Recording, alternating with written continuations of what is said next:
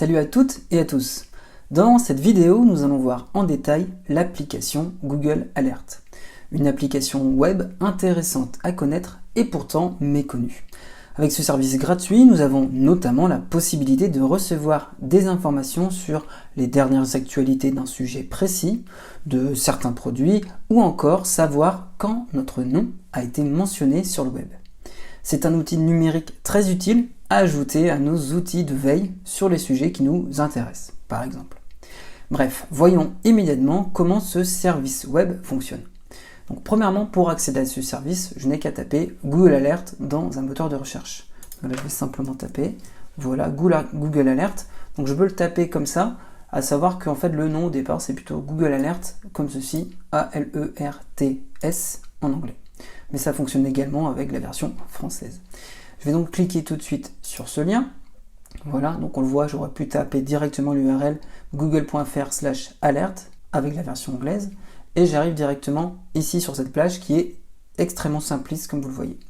Donc au départ, on me propose même directement de faire directement une veille sur ma présence sur le web. C'est-à-dire là j'ai mon compte de test avec mon personnage fictif qui s'appelle Bob Fillard. Donc je pourrais très bien faire une recherche sur à la fois le nom et le prénom de mon personnage, sur l'adresse mail de mon personnage. Donc personnellement, je vous recommande de cliquer un petit plus sur votre adresse email personnelle ainsi que votre nom et prénom. Ça peut être toujours intéressant d'être averti lorsque notre identité apparaît sur Internet. Donc là, je vais créer une alerte sur, par exemple, Google Sheets. Donc je vais taper simplement le terme qui m'intéresse ici, Google Sheets.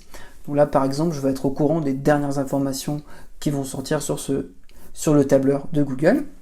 Donc directement, quand je tape ce sujet, je vais retrouver un aperçu des actualités actuelles sur Google Sheets. Donc là, je n'ai pas beaucoup de choses, mais évidemment, s'il y a des nouvelles informations qui arrivent, je vais être informé. Et ensuite, je vais pouvoir cliquer sur le bouton Créer une alerte. Alors avant de cliquer sur ce bouton, je peux évidemment définir plus d'options en cliquant sur Afficher les options. Dans ce cas-là, je vais pouvoir définir notamment la fréquence, c'est-à-dire quand je vais vouloir être averti, soit une fois par jour maximum, quand le cas se présente, ou une fois par semaine. Donc en général, on va plutôt choisir soit une fois par semaine ou quand le cas se présente. Moi, je vais cliquer ici sur une fois par semaine. Après, on peut choisir les sources en fait des informations, soit que ce soit automatique, blog, actualité, etc. Donc en général, l'automatique, c'est très très bien. Ensuite, on peut définir la langue. Là, dans un cas comme ça, ce qui peut être intéressant, c'est faire deux types d'alertes, une en français par exemple, et une en anglais, vu que c'est également un sujet qui va être très utilisé, dans lequel il y aura beaucoup d'informations en anglais. Donc je peux aussi définir la région du monde concernée par ma recherche, le nombre de résultats. Là, je vais simplement pouvoir définir si j'affiche tous les résultats ou seulement les meilleurs. Donc en général ici, le mieux c'est de définir seulement les meilleurs résultats. Et enfin, je peux définir l'adresse email sur laquelle recevoir les informations. Et ensuite, je n'ai qu'à cliquer sur le bouton Créer une alerte. Et voilà, je n'ai rien besoin de faire de plus. Dès qu'il y aura des informations qui vont tomber, donc là, dans ce cas-là, ça va être une fois par semaine, j'aurai mon petit rapport sur Google Sheets. Donc comme vous voyez, déjà, j'ai une alerte sur un terme précis. Donc vous pouvez évidemment aller plus loin et être plus précis sur vos alertes, notamment en utilisant les opérateurs de recherche. Donc pour vous montrer l'exemple, je vais reprendre mon cas sur Google Sheets.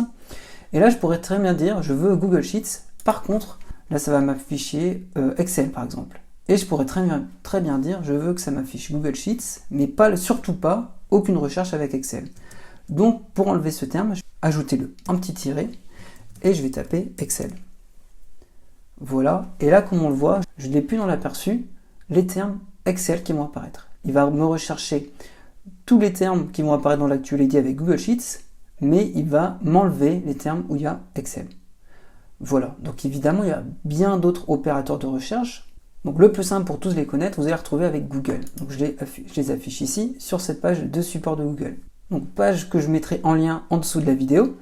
Donc pour vous montrer, on a évidemment plein d'autres critères. On peut définir ici pour rechercher un terme sur les réseaux sociaux. Pour rechercher un prix, on va plutôt indiquer un dollar devant un nombre. On peut utiliser un hashtag devant un mot, etc. Donc vous voyez, il y a énormément d'opérateurs de recherche pour créer une alerte encore plus précise.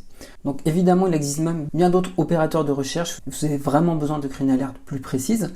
Pour cela, n'hésitez pas simplement à taper sur internet opérateur de recherche et vous trouverez évidemment simplement tous les autres opérateurs possibles si vous en avez besoin. Donc je vais retourner simplement ici sur Google Alert. Et pour garder ce terme, je n'ai plus qu'à mettre à jour l'alerte. Et j'ai donc bien ici mon alerte sur Google Sheets qui est définie.